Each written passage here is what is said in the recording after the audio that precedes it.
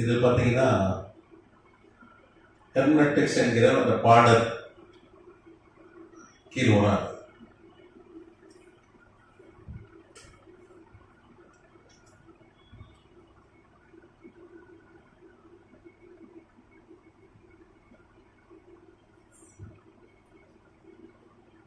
அப்படின்னா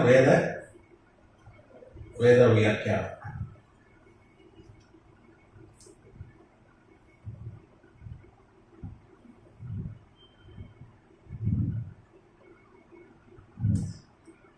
இந்த சீகல் பால்க் பைபிள் இன்ஸ்டியூட்டில் இந்த இறையியல் வகுப்பில் இன்றைக்கு நாம் சில பாடங்களை பைபிள் வந்து கற்றுக்கொள்ள போகிறோம். அதுக்கு ஆதாரமாக நான் வாசிக்கலாம். அப்போஸ்தலனாகிய பவுல் கொண்டு கர்த்தர் நமக்கு எழுதி கொடுத்த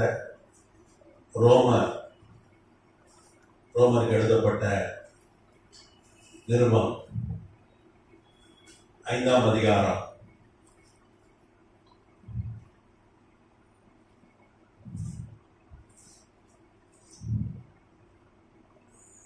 12 ரோமர் 5:12 வாசிங்க.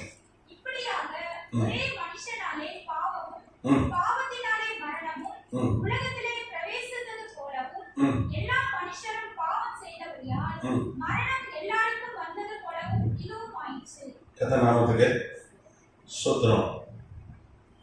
இங்க வேதம் சொல்றது ஒரே மனுஷனால பாவமும் பாவத்தினாலே மரணமும் உலகத்தில் பிரவேசித்தது. ஒரே மனுஷனா யார் அவன்? ஆதாம் தான். அவனால்தான் பாவம் வந்துச்சு. பாவம், அதுக்கப்புறம் பாவத்தினால மரணம். சரி, 14 வருஷம் வாசிங்க.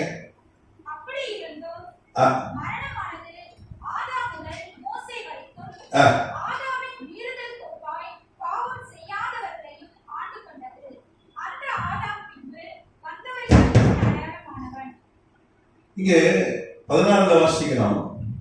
அப்படி இருந்தும் மரணமானது ஆதாம் முதல் மோசே வரைக்கும் ஆதாமின் மீறுதலுக்கு ஒப்பாய் பாவம் செய்யாதவர்களே ஆண்டு கொண்டது. அதான் என்ன அர்த்தம்?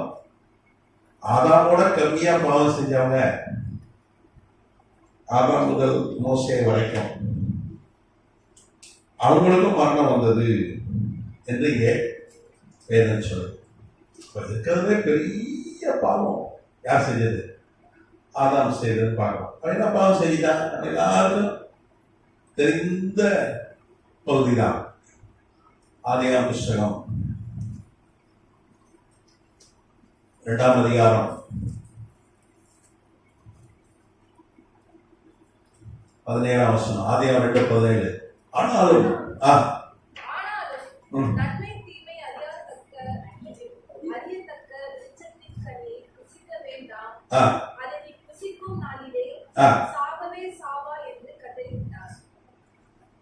நன்மை தீமை அறியத்தக்க விருட்சத்தின் கனி பழத்தை நீ புசிக்க வேண்டாம், அதை புசிக்கிற நாளில் சாகவே சாவாயினார். நீ பார்த்தீங்கன்னா ஒரு மரத்தின் பழத்தை காண்பிக்கிறாங்க, இதை சாப்பிடாது. ஏதேன் தோட்டத்துல ஆயிரக்கணக்கான லட்சக்கணக்கான மரங்கள் இருந்தது, அதுவும் எத்தனையோ பழங்கள் இருந்தது. தோட்டத்தின் மத்தியில ஜீவ விருட்சத்தின் கனி இருந்தது. இதெல்லாம் சாப்பிடுது. ஆனா ஒன்னே ஒண்ணு சாப்பிடக்கூடாதுன்னு, அப்படிதானே? நீ நல்லா கவனிக்கணும். அந்த பழத்தை நீ சாப்பிட்டீங்கன்னா நீ செத்துருவே அப்படின்னா. ஆதாம் சாப்பிட்ட உடனே சாகல. செத்துருந்தானா பிள்ளைகள் வந்திருக்க காயினா அப்படின்னு சேர்த்து ஏராளமான லட்சக்கணக்கான சந்ததி வந்திருக்கவே வந்திருக்க. அன்னைக்கே ஆதாம் ஏவாள் செத்துருப்பாங்க. அதுக்கப்புறம் உலகத்துல மனிதர்களே இல்லாம போயிருப்பாங்க, இதுதானே? அப்போ வேதம் சொல்லுது, ஆதாம் எத்தனை வயசுல மரிச்சான்? ஆமா, ஆதாமுடைய வயது நீங்க ஆதியாகமம் 6 வாசிக்கிறோம். 130 வயதான போது என்ன பண்ணா? சேர்த்து பிறந்தான்னு போட்டிருக்கு. நாமத்துக்கு சோத்திரம். அதுக்கப்புறம் சேர்த்த பெற்ற பிறகு இன்னொரு வருஷம் உயிரோடு இருந்து, அப்ப 930 வருஷம் என்று இங்க வேதம் சொல்லுது. ஆதியாகமம் 5:5. அப்ப ஆதாம் எப்ப மரணம் அடைகிறான்? 930 வயது. அப்ப பழத்தை சாப்பிட்ட உடனே சாகல. அவன் எப்ப செத்து போனா? 930 வயது வரைக்கும் இருந்துதான் என்ன பண்ணா? மறிச்சு போனான். ஆனா மரணம் என்கிற ஒரு விதை என்னைக்கு அந்த பழத்தை சாப்பிட்டானோ அவனுக்குள்ளே ஊன்றப்பட்டது. அது மெச்சூர் ஆகி அது முற்றி 930 மறித்து போனான். கர்த்தநாமத்துக்கு ஸ்தோத்திரம். அப்ப இதுல இருந்து நமக்கு ஒண்ணு தெளிவாகிறது. ஆண்டவர் மனிதனை சாகாதவனாய் உண்டு பண்ணினார். ஆதாமை ஏவாளை கர்த்தர் என்றும் 14 என்றும் இளமை. வாங்க தேவையில்லை. வேற என்ன? ஆஸ்பத்திரி வியாதி கிடையாது, சாபம் கிடையாது, ஸ்கேன் எடுக்க போதில்லை, ஆஸ்பத்திரிக்கு போயிட்டு டாக்டர்கள் கிடையாது. அப்ப என்றும் இளமை, என்றும் 16 சாகாதவனாய் கர்த்தர் உண்டாக்கினார். கர்த்தராமத்துக்கு சோத்திரம். ஒரு மகிமையான சிரத்தை கொடுத்தார். அவன் செஞ்ச பிறகுதான் அந்த மகிமையை அவன் விட்டு போச்சு. அப்புறம் இடையில வச்சு ஒரு ட்ரெஸ் போட்டாங்க. அது போதுமானதா இல்லை, சரியா அவங்கள மறைக்கல. இந்த கர்த்தரை நம்ம தோல்னால ஃபர்ஸ்ட் ட்ரெஸ்ஸே சிறப்பான ட்ரெஸ். இன்னைக்கு தோல்ல ட்ரெஸ் போட முடியுமையா? ஒரு தோல் பர்ஸ் விலை கேட்டாலே சொல்றான் 300 ரூபா, 400 ரூபாய், 500 ரூபாய் சொல்றான். ஒரு பர்ஸ், ஒரு பெல்ட் வாங்க முடியுமா? 1000 ரூபாய் சொல்றான். ஒரு ட்ரெஸ் எவ்வளவு ஆகும்? ஆனா எது கொடுத்தாலும் நம் தேவன் ஐஸ்வர்ய சம்பந்தர், நம்முடைய தகப்பன் சிறந்தவர். அப்படிதானே? இவ்வளோ பெரிய தேவ திட்டத்தை பழகிட்டாங்க. அவனுக்கு என்ன கொடுக்கிற ஆண்டவர்? ட்ரெஸ். இதுதானே? அப்போ மனிதனை சாகாதவனாய் உண்டாக்கினார். அப்ப நீங்க கேட்கலாம், என்ன மோசே காலம் வரைக்கும் வாழ்ந்த மனிதர்களை விட பெரிய பாவம் செஞ்சது யாரு? ஆதாம் தான். அப்போ ஆபிரகாம் சாராள தங்கச்சினால அது பாவம் இல்லையா? கட்ட பொண்டாட்டி ஏதாவது தங்கச்சின்னு சொல்லுவாங்களா? கேள்விப்பட்டீங்களா? யாரும் ஒத்துக்க மாட்டாங்க. அயோக்கியப்பா தங்கச்சியா சொல்ற பொண்டாட்டின்னு என்ன பண்ணுவாங்க? பிரச்சனை பண்ணிடுவாங்க. அதை விட பெரிய பாவம் செஞ்சாங்க ஆதாம் அப்படின்னு சொல்லி இங்க வேதம் சொல்லுது. கரெக்டா? மோசையெல்லாம் கொலை பண்ணா மோசையுடைய வரலாறு படிச்சு நம்ம ஏற்கனவே ஆய்வு செஞ்சிருக்கோம். எத்தியோப்பியா போய் அங்க இருக்கிற எத்தியோப்பியாவை ஜெயித்து இந்த 22 வருஷம் அவருடைய வளர்ப்பு தாய் ஆகிய அவ அரசியா இருந்தார். நம்ம ஆதாரங்களோடு ஏற்கனவே ஆய்வு செஞ்சிருக்கிறோம்.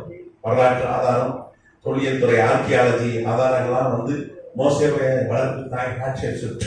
ஏன்னா மோசே தண்ணிக்குள்ள எப்போ எடுக்கப்பட்டான்னு போன வகுப்புல பார்த்தோம். 1525 கிமு போன வகுப்புல பார்த்தோம். அப்போ அவனுக்கு 3 மாசம் அவன் ஹாட்ஷெப்சுட் தான் அவனை தண்ணியில இருந்து எடுக்கா. பார்வோனுடைய குமாரத்தை, அவளுக்கு பிள்ளை இல்லை.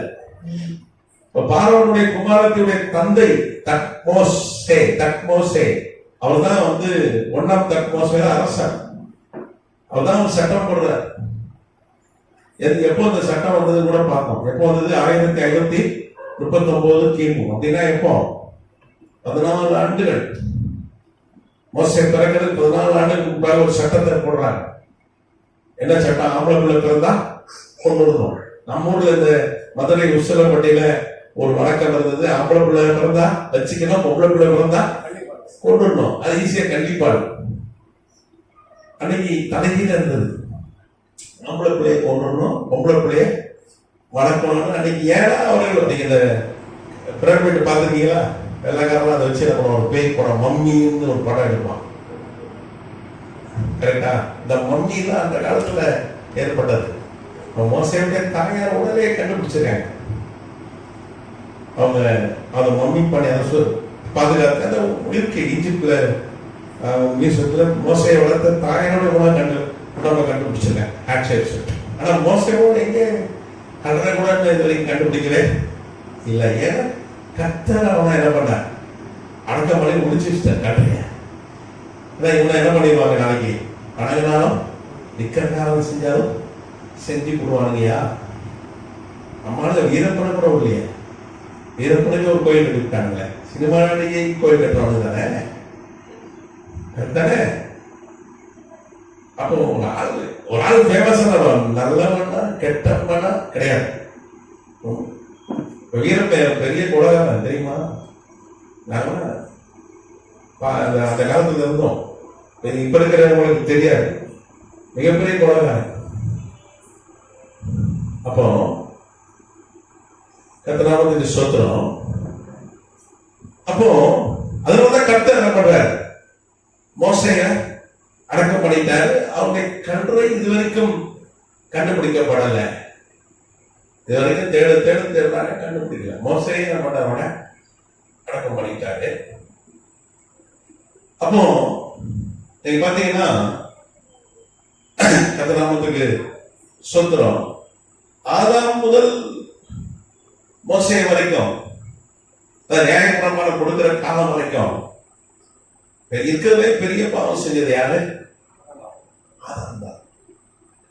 ஒரு பழத்தை பறிச்சு சாப்பிட்டது குற்றமா கேட்கலாம், தோணுதா இல்லையா?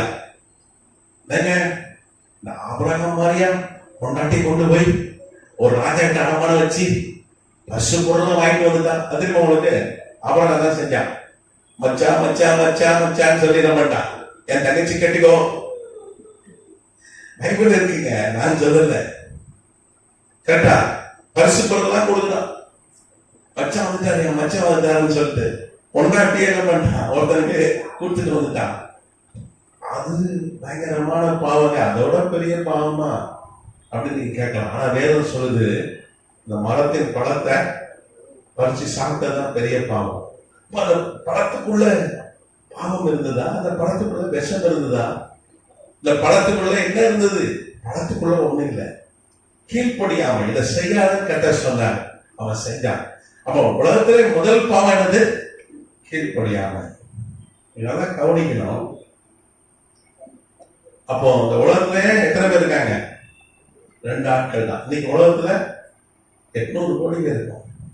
இன்னைக்கு ஆண்டவர் பேசிக்கிட்டா இருக்க, பேசுறாரு, தினந்தோறும் பேசுறாரு, பேசிக்கிட்டே இருக்கிறார். உங்க கூட பேசுறாரு, என் கூட பேசுறாரு, எல்லாத்தையும் பேசுறாரு. தன்னுடைய தூதர்களை அனுப்பி பேசுறாரு, ஊழியர்களை அனுப்பி பேசுறாரு, பைபிள் மூலமா பேசுறாரு, நேர்ல பேசுறாரு. அவர் என்ன சொல்ற, இஸ்ரவேலை காக்கிற தேவன் ஒரு அனுபவத்துல பக்கத்திலே இருக்க. நீ தூங்கும் போது அவர் என்ன பண்றாரு? அப்படியே இருக்க, கூடதான் இருக்காரு. நம்ம நினைச்சிட்டு நம்ம அப்படிதான் இருக்கும், கூட இருக்க.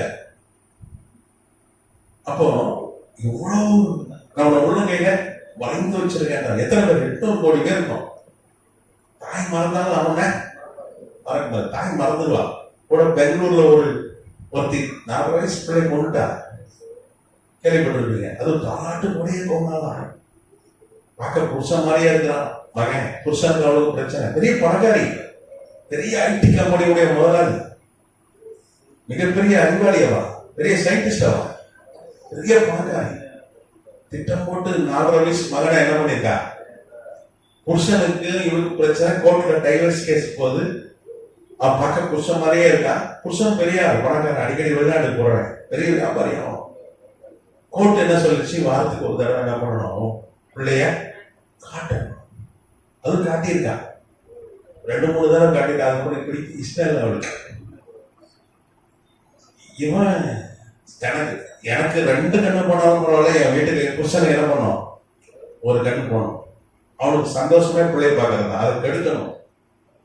அதெல்லாம் என்ன பண்ண, தலை வச்சு அமுக்கி அந்த பையன் குடிச்சு கத்திருக்க, அம்மா அம்மான்னு தாலாட்டு பாடியிருக்கா. தூங்க வைக்கிற தாய் தாலாட்டு போடுவா பாருங்க. அந்த மாதிரி தாலாட்டு பாடி கொண்டேன்னு சொல்லி வாக்குமூலம் கொடுக்குற எவ்வளவு கொடுமை பாருங்க. அதெல்லாம் தான் 2 வருஷம் தாய் மறந்தாலும் நான் உன்னை மறக்க மாட்டேன். நம்ம இந்த வருஷத்துக்கு முதல் வகுப்புல என்ன பார்த்தோம், ஏந்துவேன், தாயை போல ஏந்துவேன், தகப்பனை போல சுமப்பேன், அவனை தப்பு இருப்பேன்னு சொல்லி ஆண்டவர் என்ன பண்ணிருக்கார், வாக்கு கொடுத்திருக்கிறார். அப்போ இவ்வளவு பேர் இருக்கிறோம், 800 கோடி பேர், அத்தனை பேருக்கு போதுமானவராக இருக்கிறார், கூட இருக்கிறார். 2 பேர் எவ்வளவு கூட இருந்திருப்பார், யோசிப்பார். பாவம் செய்யறோம். வேறு சொல், பாவம் நம்மையும் தேவனையும் பிரிக்கிறது. நம் தேவன் பாவத்தை பார்க்க மாட்டாத சுத்த கண்ணர். உங்களுக்கு அந்த வசனம் தெரியும். இவ்வளவு சாக்கடையில ஒரு பிள்ளை கிடக்குது, உடம்பெல்லாம் தான் பூசி இருக்கு, அசிங்கத்தை பூசி இருக்கு. ஒரு பிள்ளைய நம்ம பார்க்கிறோம், கொஞ்சம் மாட்டோம், அதை குளிப்பாட்டி மாதிரி தான் என்ன பண்ணுவோம், கொஞ்சம் அப்படிதானே. அந்த நிலையில தான் நம்ம இருக்கோம் இன்னைக்கு. ஆனா அன்னைக்கு பாவமே கிடையாது. ஆதாம் ஏவாள் ஆண்டவரோடு உணவினார்கள், ஆண்டவரோடு நடந்தார்கள். அவங்களுக்கு ஒரு ஏதேன் தோட்டத்தையே உருவாக்கினார். நம்ம ஏற்கனவே ஆய்வு செஞ்சிருக்காங்க. ஏதேன் தோட்டத்தை விஞ்ஞானிகள் கண்டுபிடிச்சிருக்காங்க. எங்க கண்டுபிடிச்சிருக்காங்க? 2017 டாக்டர் லீ கிளேர்,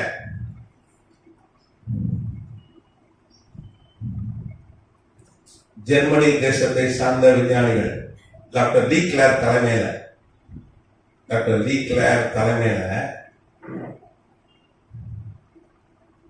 ஜெர்மனி தேச விஞ்ஞானிகள் எங்க கண்டுபிடிச்சிருக்காங்க? தெற்கு மெசொப்பொட்டாமியா,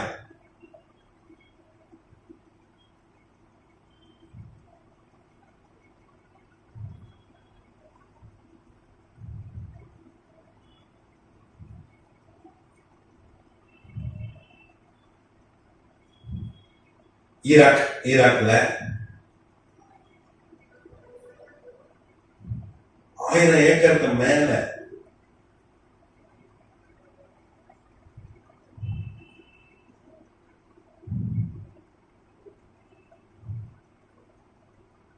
இந்த ஏதேன் தோட்டத்தை கண்டுபிடிச்சிருக்காங்க. சும்மா ஒரு தோட்டத்தை கண்டுபிடிச்சிட்டு ஏதேன்னா யாரும் ஒத்துக்க மாட்டாங்க. அது நிரூபிக்கணும். அதற்கு கட்டடங்கள்லாம் மிச்சங்கள்லாம் எடுத்திருக்கிறாங்க. அந்த கட்டடங்கள்லாம் யார் கட்டினது? ஆண்டவர் கட்டினது. இன்னைக்கு வரைக்கும் அந்த அந்த மாதிரி ஒரு கட்டடம் இன்னைக்கு வரைக்கும் கட்டப்படல. இந்த தொழில்நுட்பம் அந்த மாதிரி ஒரு கட்டடம், அப்படி ஒரு கட்டடத்தை அங்க இருந்து கண்டுபிடிச்சிருக்காங்க. 1000 ஏக்கருக்கு மேல ஏதேன் தோட்டத்தை விஞ்ஞானிகள் கண்டுபிடிச்சிருக்காங்க. கத்தநாமத்துக்கு சொந்த மிச்சங்கள் ஜெர்மனில இருக்கிற மியூசியம் மற்றும் ஈராக்ல இருக்கிற மியூசியத்துல இருக்கு. 2017 ஏதேன் தோட்டத்தை கண்டுபிடிச்சிருக்காங்க. அதை பார்த்து பிரமிச்சுட்டாங்க. ஒரு சொர்க்கப்புரி மாதிரி இருந்தது அப்படின்னு சொல்லி அந்த டாக்டர் லீ கிளேர் அதை சொல்றார். அப்ப அந்த இடத்துல கர்த்தர் பார்த்து வேலை செய்யக்கூடாது, தேவை வரக்கூடாது. சும்மா ஜாலியா இருந்து பாவம் இல்லாம, சாபம் இல்லாம, வியாதி இல்லாம, மரணம் இல்லாம ஜாலியா இருந்து சொல்லி என்ன பண்ணார்? அந்த ஏதேன் தோட்டத்துல வைத்தார். கர்த்தராமத்துக்கு சுதந்திரம். பாவம் செஞ்சவன தான் ஒரு சாபம் கொடுத்தார். என்ன சாபம்? நீ உழைச்சிதான். இப்ப வேலையே ஒரு சாபம் தான், தெரியுமா உனக்கு? வேலையே ஒரு சாபம் தான். வேலை செய்யலாம், அதிகப்படியா எவ்வளவு அதிகப்படியா வேலை செய்யலாம். ஐடியில வேலை செய்யறவங்க ரொம்ப ஜாஸ்தியா வேலை செய்யறாங்க, அப்படிதானே? அந்த அதிகமான வேலையே ஒரு சாபம். அப்போ எப்போ இந்த சாபத்துக்குள்ள மனுஷன் வந்தா கத்தி வேர்வை நிலத்தில் சிந்தனம் அளவுக்கு ஐடியில வேலை செய்யறவங்க வேர்வை வருது இல்லை.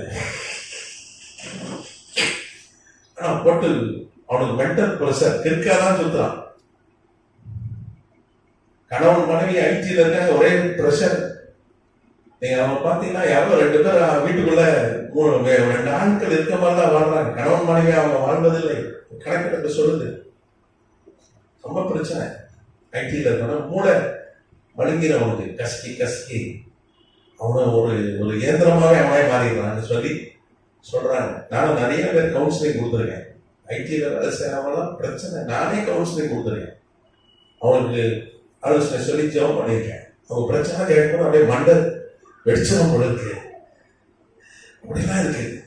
ஆனா நல்ல சம்பளம், 1.5 லட்சம் 2 லட்சம், நல்ல அப்பார்ட்மெண்ட், நல்ல வீடு, சோஃபா பயங்கரமா இருக்கும். சோஃபா வீட்டுல பெரிய டிவி இருக்கும், நல்ல கார்ல போவான். சனி ஞாயிறு எங்க இருந்தாலும் ஹோட்டல் நல்லா திங்காங்க 10,000 ரூபாய்க்கு. எல்லாம் இருக்கு. ஆனா ஒண்ணும் இல்லை, குடும்பமே இல்லை. வாழ்க்கையே இல்லை. இது ஒரு சாபம். வேலை என்பது மேல மேல மேல பணம், இது ஒரு சாபமா இருக்கிறது. அந்த சாபம் எப்போ வந்துச்சு? ஆதாம் பாவம் செஞ்சவங்க ஆண்டவர் சொன்னார், நீ என்ன பண்ணுவ, நல்லா உழைச்சிதான் உனக்கு சோறு கிடைக்கணும். கரெக்டா? ஆனா அன்னைக்கு நல்லா சொகுசா வச்சிருந்தார் ஆதாம் ஏவாள. அவனோடு பேசிக்கிட்டே இருந்தார், அவனோடு நடந்தார், அவர் சாகாதவர்களை உண்டாக்கினார், எல்லாம் சொல்லி கொடுத்தார். ஆண்டவர் அவளோடு இருந்தார், அவனோட தான் தங்கி இருந்தார், அவனோடு பேசினார். ஒரு மகிமை அவனை கூட்டிக் கொண்டிருந்தது. இந்த பூமிக்கு ராஜாவாய் வைத்திருந்தார். பூமி மீது என்ன பண்ணார்? ஒரு ஆளுகை கொடுத்தார். அன்னைக்கு நமக்கு ஆளுகை இல்லை, ஒரு ஆளுகை கொடுத்தார், அவனை ஆசீர்வதித்தார். ஆனா சொன்னார், நீ என்ன பண்ணக்கூடாது, அந்த மரத்தின் பழத்தை சாப்பிட்டா பாவம், ஏன்னா நீ எனக்கு கீழ்ப்படியாம இது அப்படின்னு சொன்னார். ஆனா இவ்வளவு இருந்தும் ஒரே ஆண்டவர் இருந்தும் ஆண்டவர் இந்த முகமுகமா பார்த்தும் மகிமையிலே பார்த்தார்கள். நம்மள ஆண்டவராய் இயேசு கிறிஸ்து இந்த பூமியை மனுஷனாய் வந்தார், மனிதனாய் ஒரு அடிமை உருவம் எடுத்து வந்தார். ஆண்டவரை மகிமையில் நம்மளை பார்க்கவே முடியாது. மோசையை கேட்டா அவனுக்கு காண்பிக்கிறதுக்கு என்ன பண்ணார்? நான் முதுகதான் காண்பிச்சான். மகிமையில அவரை பார்த்தா செத்துருவோம், நம்மளை அழிஞ்சிருவோம். ஆனா அவர்கள் மகிமையிலே கர்த்தரை கண்டார்கள். இவ்வளவு இருந்து அவர்கள் பாவம் செய்தார்கள். அதனாலதான் இந்த எத்தனையோ பழம் இருந்தோ அந்த பழத்தை சாப்பிட்டு கீழ்ப்படியாமை என்கிற அந்த பாவம் செய்ததுனாலதான் இந்த உலகத்துக்குள்ள நமக்கு மரணம் வந்தது. கர்த்தர் நாமத்துக்கு ஸ்தோத்திரம். நீங்க பாத்தீங்க, நீங்க கேட்கலாம், இல்லையா அது எப்படி நீங்க சொல்வீங்க, அது எப்படி சொல்வீங்க அப்படின்னு நீங்க கேட்கலாம். நான் அதுக்கு ஒரு விஞ்ஞான ஆதாரம் இருக்கா நீங்க கேட்கலாம். அதை நான் சொல்றேன். விஞ்ஞான ஆதாரங்கள் இருக்கிறது. கர்த்தர் நாமத்துக்கு ஸ்தோத்திரம். நீங்க பாருங்க, சீனால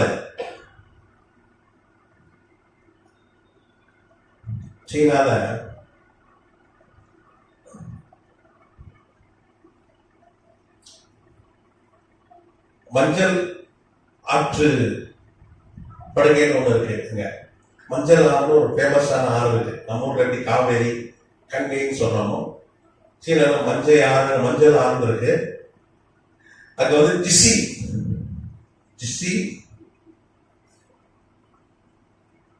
கோச் ஒரு இடம் இருக்கு, ஜிசி கோச். அங்க விஞ்ஞானிகள் ஒரு 14 எலும்புக்கூடுகளை கண்டுபிடித்திருக்கிறார். 14 எலும்புக்கூடுகள்.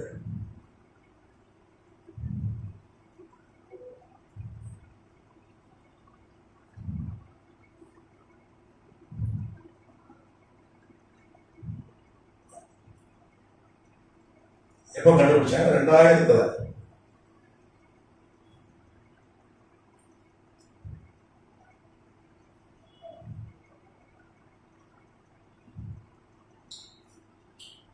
அது 2000 கண்டுபிடித்திருக்கிறார்கள். 2000 ஆண்டு. அது 14 வருஷம் ஆய்வு செஞ்சாங்க. 14 வருஷம். நான் இந்த செய்தி எங்க படிச்சேன்னா, நியூயார்க் டைம்ஸ் ஒரு பத்திரிகை இருக்கு. உலகத்திலே பிரபலமான ஒரு பத்திரிகை. அதனுடைய ஆகஸ்ட் 4 2016 வருஷம் இந்த ஆய்வுகளின் முடிவுகளை அவர்கள் வெளியிட்டிருந்தார்கள். பாத்தீங்கன்னா, விஞ்ஞானிகள் குயிங் லாங் ஊ, சீன பேர், குயிங் லாங் ஊ, நான் இங்கிலீஷ்ல எழுதிடுறேன், கிங் லாங்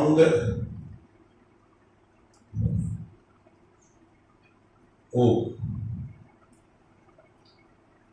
இவர் தலைமையில ஆய்வுகள் செய்து ஒன்று கண்டுபிடித்தார். அது யாருடைய எலும்புக்கூடுன்னா அந்த காலத்துல 900 வருஷம் 969 வருஷம் வாழ்ந்தாலும் மனுஷன் 930 அவருடைய எலும்புக்கூடுகள் என்று கண்டுபிடித்தார்கள். அதுவும் ஒரு 4500 ஆண்டுகள் முன்பாக உள்ள எலும்புக்கூடு என்று கண்டுபிடித்தார்கள். அது நோவாவுடைய வெள்ளப்பெருக்கைக்கு முந்தைய காலத்துடைய எலும்புக்கூடு. நம்ம இந்தியாவில் ஏற்கனவே குஜராத்ல 2019 லால்பட் அப்படின்ற ஒரு இடம் நம்ம ஏற்கனவே சொல்லியிருக்கேன்னா நம்ம ஆய்வு செஞ்சிருக்கோம். அங்கே கட்ச் மாவட்டம் குஜராத்தில் அந்த லால்பட் அப்படின்ற ஒரு இடத்துல 23 அடி 22 அடி மனிதனுடைய எலும்புக்கூடுகளை ராட்சதனுடைய எலும்புகளை கண்டுபிடித்தார் நான் சொல்லியிருக்கேன். யாருக்கா இல்லையா? நம்ம கண்டுபிடிக்க நோவாவுடைய வெள்ளம் ஏன் ஆண்டவர் இந்த பூமியை அடிச்சார்? ராட்சதர்கள் இந்த பூமியில இருந்தாங்க. அப்ப ராட்சதர் இருந்தாங்க, ஆதாரங்களை நிறைய ஆதாரங்கள் எடுத்திருக்காங்க. 32 அடி உயரம் வரைக்கும் மனிதர்கள் அவங்க எலும்பு கூட தான் மோண்டானா மியூசியம் என்று அமெரிக்காவில் இருக்கிறது. மோண்டானா ஃபாசில்ஸ் மியூசியம் அங்க வச்சிருக்காங்க. நிறைய எடுத்திருக்கிறாங்க. 32 அடி உயரம் வரைக்கும் மனித எலும்பு கூடுகள் எடுத்திருக்கிறாங்க. 32 அடி உயரம் யோசிச்சு பாருங்க. அவன் யானை அடி பண்ணுவான், இதான் தூக்குவான். பூனையை தூக்குறவங்களோட கேவலமா தூக்குவான். அவ்வளவு உயரம் மனிதர்கள் அன்னைக்கு இருந்திருக்காங்க. காரணம், மனிதர்கள் என்ன பண்ணாங்க? தேவதூரோடு இந்த உலகத்துல பூமியில மனிதர்களை வந்த பொழுது அவங்களோடு திருமணம் செய்து பிள்ளைகள் பிறந்தார்கள் பைபிள் இருக்கு. அது ராட்சதனுடைய எலும்புக்கூடு. இந்தியாவிலே 23 அடி வரைக்கும் எலும்புக்கூடுகள் எடுத்திருக்காங்க 2019. நம்ம இந்திய தேசத்துல குஜராத்ல அதெல்லாம் ஆய்வு செய்து என்ன சொல்லியிருக்காங்க, அன்னைக்கு உயரமான மனிதர்கள் வந்து இருந்திருக்கிறாங்க. இந்த உலகத்தில் இருக்கிற பெண்களும் ஏலியன்கள், அந்நிய உலகத்தில் ஏலியன் என்று சொல்கிறார்கள். இப்ப ஏலியன் வேற்று கிரக மனிதர்கள், அவங்களுக்கு பிறந்த பிள்ளைகள் சொல்லி சொல்லியிருக்காங்க. அது உண்மைதான். தேவதூதர்கள் யாரு? வேற இடத்துல ஆட்கள் அதை நிரூபிச்சிருக்காங்க. ஆனா இவர்கள் அப்படி இல்லை, சாதாரண மனிதர்கள். அவங்க 14 எலும்பு கூட கண்டுபிடிச்சிருக்காங்க. டாக்டர் பிங் லாங் ஊ அவர் தலைமையில ஏற்கனவே 16 ஆண்டுகள் ஆய்வு செய்து நியூயார்க் டைம்ஸ் பத்திரிகை சொல்கிறது, புகழ்பெற்ற உலக புகழ்பெற்ற நியூயார்க் டைம்ஸ் பத்திரிகை வந்த செய்தி என்ன கண்டுபிடிச்சிருக்காங்க. எல்லாருமே 900 வருஷத்துக்கு மேல வாழ்ந்தவர்கள். ஒரு எலும்பு கூடி எடுத்துட்டா அதுல இருக்கிற ஒரு சின்ன ஒரு முடியோ, ஒரு சின்ன நகை துண்டோ, இல்ல ஒரு சின்ன செல் கட்சோட போதும் அந்த மனுஷன் எத்தனை வயசு வரைக்கும் வாழ்ந்தான், அவனுக்கு என்ன வியாதி இருந்தது, எப்படி செத்தா வரைக்கும் சொல்ல முடியும். அந்த அளவுக்கு இன்னைக்கு மரபணு இயல் ஜெனடிக் இன்ஜினியரிங் வளர்ந்துருக்கு. 2002 பவுலுடைய கல்லறை உடைச்சாங்க ரோமபுரியில. ஒரு 7 வருஷம் ஆய்வு செய்தாரு. பவுல் கல்லறை 2000 பவுல் எப்போ மறைச்சு போனா அப்படின்னு பாத்தீங்கன்னா 68 மறைச்சு போனான். 68 கிபில. அன்னைக்கு 62 வயசு. அவன் தலை வெட்டி கொண்டுட்டாங்க பவுல, பவுல. அப்ப அவனை கல்லறை உடைச்சு அவன் கொஞ்சோட எலும்பு துண்டு தான் கிடைச்சது. அவன் போட்டது ட்ரெஸ் கொஞ்சம் கிடைச்சது. அதெல்லாம் வச்சு ஆய்வு செய்து தலை வெட்டி தான் கொல்லப்பட்டான். அவன் 62 வயசு வரைக்கும் வாழ்ந்தான். பவுலுக்கு எங்க இருந்த மூளைக்குள்ள ஒரு கட்டி இருந்தது. அந்த கட்டியோட 36 வயசுல அவனுக்கு வந்தது. 26 வருஷம் அந்த கட்டியோட வாழ்ந்தான்னு சொல்லி எல்லாத்தையும் என்ன பண்ணாங்க, விட்டு வச்சாங்க. எவ்வளவு உயரம்? 4 அடி தான் உயரம் பவுல். அப்போ இந்த எலும்புகளை எடுத்து எல்லா மனிதர்களும் 900 ஆண்டுகள் மேல வாழ்ந்திருக்கிறான்னு சொல்லி கண்டுபிடிச்சிருக்கிறாங்க. அதுக்கப்புறம் இன்னொரு உண்மையை கண்டுபிடித்திருக்கிறாங்க. அது என்ன உண்மைன்னா, ஒரு காலத்துல சாதாரணமா இருந்திருக்கிறான் மனுஷன். ஏன்னா இந்த மரபணு ஜெனடிக்ஸ் எல்லாமே முந்தி இருக்கிற ஹிஸ்டரியா இருக்கிறோம், பழைய ஹிஸ்டரியா அதுல இருக்கும். அந்த குரோமோசோம் என்று சொல்வாங்க, எக்ஸ்ஒய் குரோமோசோம். அது அறிவியல் படிக்கிறவங்களுக்கு இன்னும் தெரியும். நான் ஒரு மேல்டாப்பா சொல்றேன். யாரு சயின்ஸ் வேண்டாம்னா நான் ஸ்கூல் விட்டு ஓடி வந்தேன். இந்த ஆள் உட்காந்து சயின்ஸ் கிளாஸ் எடுக்கானே அப்படின்னு நினைக்கூடாது. வேண்டாப்பா சொல்றேன். நான் சொல்றது ஒரு புரியும் நினைக்கிறேன். அப்போ அது என்ன கண்டுபிடிச்சிருக்காங்க விஞ்ஞானி, ஒரு காலத்துல மனிதன் சாகாதவனா உண்டாக்கப்பட்டான். அதுல இருக்கிற ஒரு ஒய் குரோமோசோம், ஒரு எக்ஸ் குரோமோசோம், சாகாத ஒரு குரோமோசோம். அதாவது ஆதாம் ஏவாளுடைய வித்து. நீங்க பாத்தீங்கன்னா நம்ம எல்லாருக்குள்ளேயும் ஆதாம் ஏவாள் வித்து இருக்கிறது. நோவாவுடைய வித்து நமக்குள்ள இருக்கிறதா தெரியுமா உங்களுக்கு? நம்ம எல்லாருக்குள்ளேயும் நமக்கு 46 வித்து, அது குரோமோசோம் என்று சொல்லுவோம். 46 குரோமோசோம்.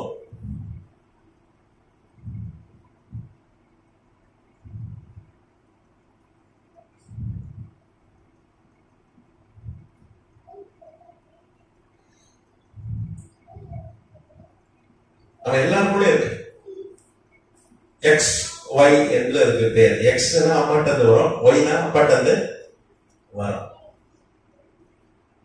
எல்லாருக்குள்ள 46 குரோமோசோம் இருக்கு. அதுல ஒரு எக்ஸ் ஏவாள்கிட்ட நமக்குள்ள வந்து ஏவாள் வித்து நம்ம எல்லாருக்குள்ளே இருக்கு. உலகத்துல அத்தனை பேருக்குள்ளே இருக்கிறது. ஆதாமுடைய வித்து எல்லாருக்குள்ளே இருக்கு. அதுபோல் நோவாவுடைய வித்து எல்லாருக்குள்ளே இருக்கு. 1987 தான் அதை கண்டுபிடிச்சாங்க. ஆதாம் ஏவாளுடைய வித்து நம்ம எல்லாருக்குள்ளே இருக்கு. ஏன்னா 6000 வருஷம் அது வந்து அது பாத்தீங்கன்னா மனித இனம் ஒரு பெண்ணுல இருந்து தான் வந்து கண்டுபிடிச்சாங்க. குரங்குல இருந்து மனுஷன் வரல. நான் அன்னைக்கு மெட்ராஸ் கிறிஸ்டியன் காலேஜ் போயிருந்தேன். உடனே குரங்கா இருக்கு. அதான் வந்து இந்தியாவிலே சிறந்த காலேஜ் ஃபுல்லா ஆய்வு செஞ்சிருக்கோம். ஈவு மைட்டர் போன்ற, அதாவது ஏவாளன் தான் எல்லாம் பிறந்து போன்றத பெரிய கிளாஸே எடுத்திருக்கோம். அப்போ மனிதன் ஒரு காலத்துல சாகாதவனா இருந்தான் என்று விஞ்ஞானம் நிரூபிக்கிறது. சாகாதவனா இருந்தான், ஒரு விஞ்ஞானம் அதை நிரூபிக்கிறது, சயின்ஸ் அதை நிரூபிக்கிறது. கத்திராமத்துக்கு சொந்தம். அப்ப எப்போ மரணம் வந்துச்சு மனுஷ வாழ்க்கையில? ஒரு மனிதன், ஆதாம் என்கிற மனிதன் பாவம் செஞ்சான். அவன் செஞ்ச பாவம் பெரிய பாவம்.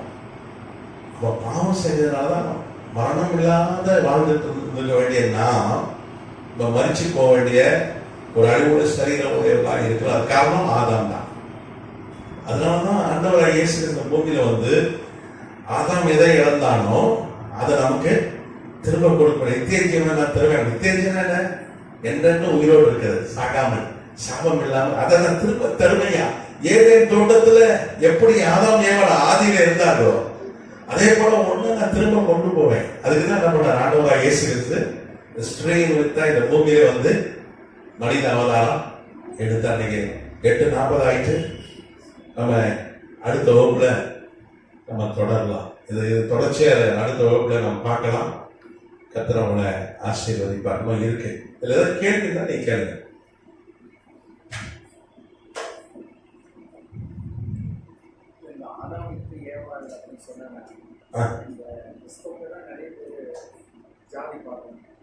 ஆமா, சாதி பார்க்கறதுக்கு இந்த விவரம்லாம் தெரியாது. தெரிய பார்க்க மாட்டாங்க. எல்லாம் ஒரே தாய் வயிற்றுல இருந்து வந்துருக்கும். அதான் விஞ்ஞான சொல்லு. நோவாவுடைய வித்து நம்மள அது ஆப்பிரிக்காக்காரனா இருந்தாலும் சரிதான், வெள்ளக்காரனா சரிதான், சீனக்காரனா சரி, குள்ள மனிதர் இருக்காங்க. அவங்களாம் சரிதான், நம்மளா இருந்தாலும் சரி, எல்லாரும் கூட இருக்கு.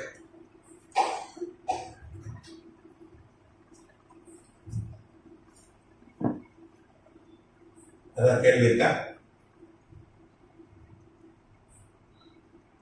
சொல்லாமா? இந்த வகுப்பை நம்ம அடுத்ததுல இருந்து தொடர்வோம். கர்த்தர் உங்களை ஆசீர்வதிப்பார்.